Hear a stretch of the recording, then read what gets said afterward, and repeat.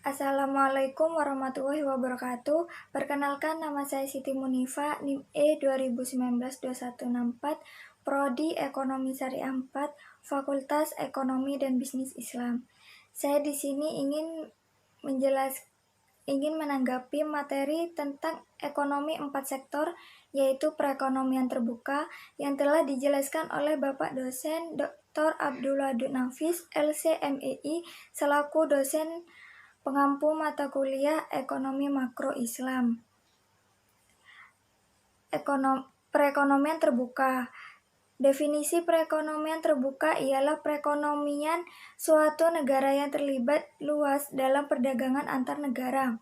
Hampir seluruh negara di dunia menganut perekonomian terbuka. Dengan ikut dalam perdagangan internasional dapat memacu ekonomi nasional karena akan memperluas pasar dan meningkatkan daya asing produksi dalam negeri. Perekonomian terbuka meliputi konsekuensi dari perekonomian terbuka, yaitu dari segi ekonomi makro. Ekonomi terbuka berarti ada pasar keempat dalam proses perekonomian, yaitu pasar luar negeri. Adanya pasar luar negeri mempunyai konsekuensi yang lebih lanjut terhadap pasar-pasar lainnya. Khususnya ada konsekuensi penting yang menyangkut penyesuaian pengertian 3 konsep, yaitu yang pertama permintaan agregat atau di pasar barang, yaitu permintaan barang dan jasa akan meningkat karena terjadi pasar luar. Yang kedua, jumlah uang yang beredar atau dari pasar barang akan bertambah. Yang ketiga, harga barang atau jasa akan berubah, bisa jadi mahal atau murah.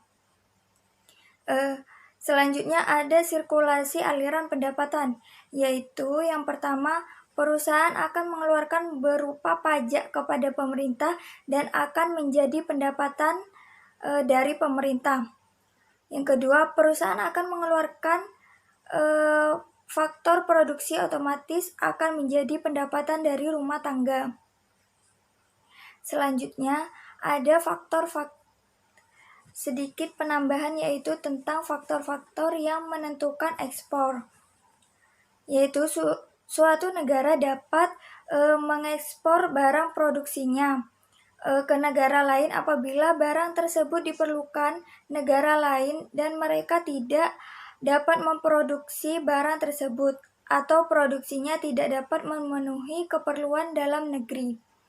Ada faktor terpenting yang menentukan ekspor suatu negara, yaitu kemampuan dari negara tersebut untuk mengeluarkan barang-barang yang dapat bersaing dalam pasaran luar negeri, baik dalam mutu.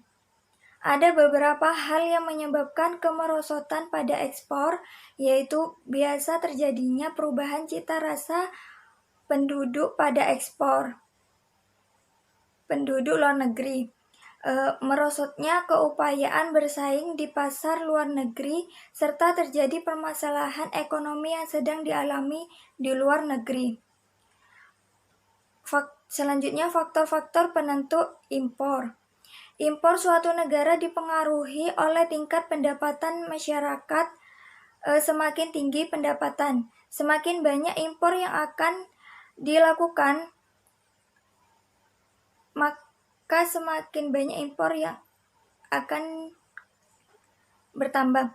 Inflasi juga dapat menyebabkan secara keseluruhan barang buatan dalam negeri menjadi lebih mahal, serta kemampuan suatu negara menghasilkan barang lebih baik mutunya merupakan salah satu faktor yang menimbulkan perubahan impor terhadap tingkat pendapatan nasional.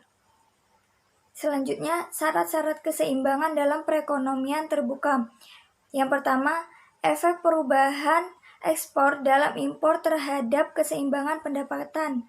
Yang kedua, suatu contoh angka untuk menunjukkan keseimbangan dalam perekonomian terbuka dan perubahan keseimbangan. Cukup sekian penjelasan dari saya, kurang lebihnya mohon maaf. Wassalamualaikum warahmatullahi wabarakatuh.